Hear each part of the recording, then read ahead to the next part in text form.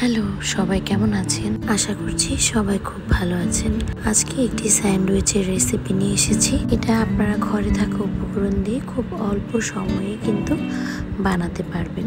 এগুলো বানিয়ে আপনারা কিন্তু ঘরেই এরকম বাইরের খাবারের মজা উপভোগ করতে পারবেন। বিশেষ করে বাচ্চাদের জন্য কিন্তু খুবই সুন্দর বিকেলের নাস্তা কিংবা সকালের নাস্তা হিসেবে আপনারা এটা সার্ভ করতে পারেন। তো চলুন এখন মূল রান্নায় চলে যাই। আমি একটি কড়াইয়ে প্রথমে 2 টেবিল চামচের মতো ঘি নিয়ে নিয়েছি। তারপরে নিয়ে নিয়েছি আমি 3 টেবিল চামচের মতো আটা। এবার আটাটাকে ঘির সাথে খুব সুন্দর করে বেশ কিছুক্ষণ ভেজে আটার থেকে কাঁচা ভাবটা চলে যাওয়া পর্যন্ত অপেক্ষা করলাম। এবারে এর মধ্যে আমি দিয়ে দিয়েছি 250 ml এর মতো দুধ। দুধটাকে খুব সুন্দর করে প্রথমে অল্প দিয়ে আমি আটার সাথে খুব সুন্দর করে মিশিয়ে নিয়েছি। এরপর আমি বাকিটা দুধ দিয়েছি। এবার একটু কষ্ট করে সবকিছুকে একসাথে খুব সুন্দরভাবে মিশিয়ে নিলেই হয়ে যাবে আমাদের যে বেসটা সেটা।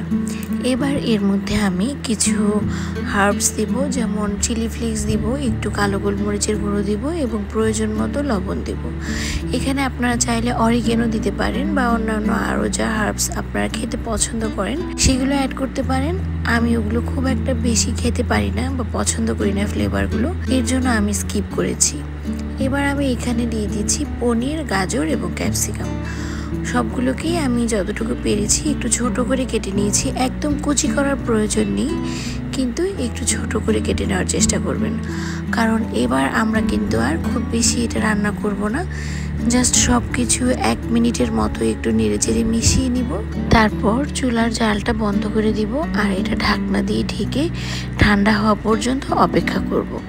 এখানে আমরা গাজর, ক্যাপসিকাম এবং পনির দিয়েছি। এগুলো কিন্তু খালিও খাওয়া যায়, তো এমন না যে এগুলো একটু যদি কম সেদ্ধ হয় তাহলে মানে খেতে খারাপ লাগবে, এরকমটা নয়। তারপরেও এগুলো যখন আমরা ঢেকে রাখবো তখন কাঁচা ভাবটা কিন্তু চলে যাবে। তো তারপর ঠান্ডা হওয়ার পর আমি এভাবে স্যান্ডউইচ বানানোর জন্য পাউরুটি নিয়ে নিয়েছি। পাউরুটির মাঝে এগুলো আমি খুব সুন্দর করে ছড়িয়ে দিয়ে উপর দিয়ে আরেকটা পাউরুটি দিয়ে ঢেকে দিচ্ছি। এটা খুব ইজি স্টেপ, এটা আমরা কম বেশি সবাই পারি। এটা নিয়ে এর জন্য আর বেশি কিছু বললাম না।